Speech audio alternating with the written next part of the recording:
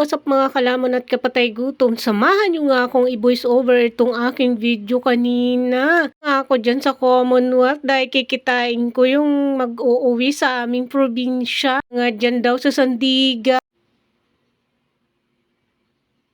Pero ang ending, doon kami nagkita sa Ever dahil nga hindi ko makita-kita yung LBC nga dyan mga kalamon. Hindi ko alam kung saan dyan sa may Commonwealth. Char! Dyan mga kalamon na daanan ko dyan, mga bilihan ng damit, mga casing ng cellphone, kung ano-ano ang nakikita ko dyan sa bangketa. Hanggang tingin na nga lang yung mga mata ko dyan dahil nga wala tayong pambili dahil ang dala-dala kong ang pera ay nga lang yun mga kalamon, 100 pesos. Nga dyan mga kalamon, nandyan ako sa ginagawang MRT, dyan sa ilalim ako dumaan dahil dyan nga daw ang daanan papunta dun sa may simbahan. Lakad ko nga yan mga kalamon papuntang simbahan at papuntang Ever. Galing ako dyan sa may tricycle, sa may Sandigan. Char! So, okay lang yun mga kalamon, at least nakapag-exercise ang person dahil wala na naman nga tayong lakad.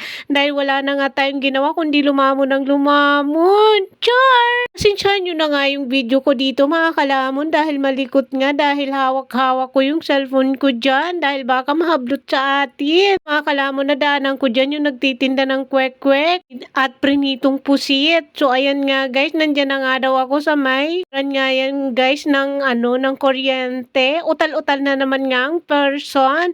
Nakita nyo bang nakikita ko dyan puro mga tao at sasakyan at napakahabang MRT na daanan. So ayan, ako sa express.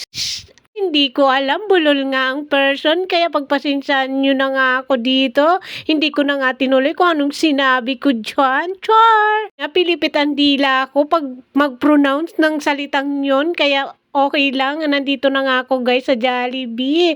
Malapit na nga ako sa may simbahan ng St. Peter. Ayan nga, may nakita na nga ako dyan na babaeng naglalakad sa ilalim ng araw.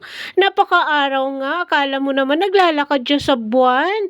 Sexy nga yung babaeng yun mga kalamon, pero parang naglalakad siya sa buwan. Nararamdaman guys yung init dahil alas 10 na nga yan ng umaga. Kita kami dyan mga 11 na, kaya anong oras na ako nakauwi, gutom na nga ang person. Guys, may nadanan nga ako dyan ng kotse na nagtitinda ng sapatos. So ayan nga guys, nandyan na nga ako sa Max. Palapit na nga ako dyan sa may simbahan sa St. Peter. Mga kalamon, linakad ko nga lang yan. Napakalayo nga yan doon sa St. Peter, yung Sandigan. Char! Guys, mga pinupukos ko dyan, may nagdadaanan ng kotse. Galing nga daw yan doon sa Cubao. Papunta nga yan sa Ever, papuntang Fairview. O diba, mali-mali na naman ang person.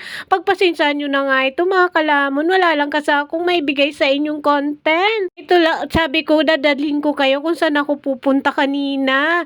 Dahil nga, pauwi nga yung dyan. So, nandito na nga ako guys sa patay gutom, lumalamon tayo dyan. Ito na nga guys, nagluto lang ako dyan na madalian na pork chop dahil gutom na nga ako dyan. Kain nga daw tayo mga kalamon at kapatay gutom.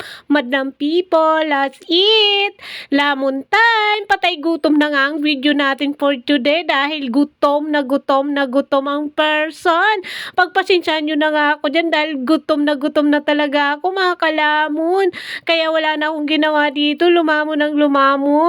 Kaya kung hindi pa po kayo dyan nakapag-like and subscribe sa aming munting channel ni Vlogger Girl, sana supportahan nyo po kami sa aming mini vlog.